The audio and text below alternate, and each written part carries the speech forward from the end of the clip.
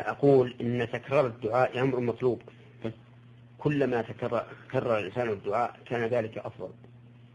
وقد كان من هدي النبي صلى الله عليه وعلى آله وسلم أنه إذا دعا 3، هذا في غالب الأحيان.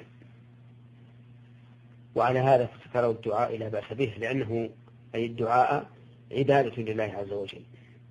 وليعلم أن الداعي بصدق وإخلاص لا بد أن يغنم، إما أن يستجيب الله تعالى له ما أراد، وإما أن يدفع عنه من السوء ما هو أعظم، وإما أن يدخر له الأجر يوم القيامة، لأن الدعاء عبادة فلا بد فيه من خير.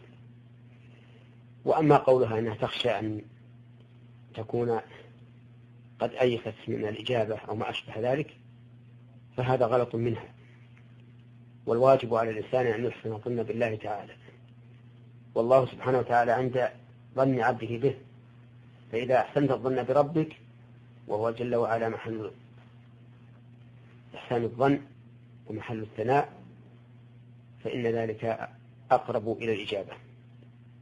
ولا تقنط من رحمة الله، فإنه لا يقنط من رحمة ربه إلا الضالون. عليك بالرجاء وإن تأخرت الإجابة. نعم. جزاكم الله خيرا على هذا التوجيه المبارك.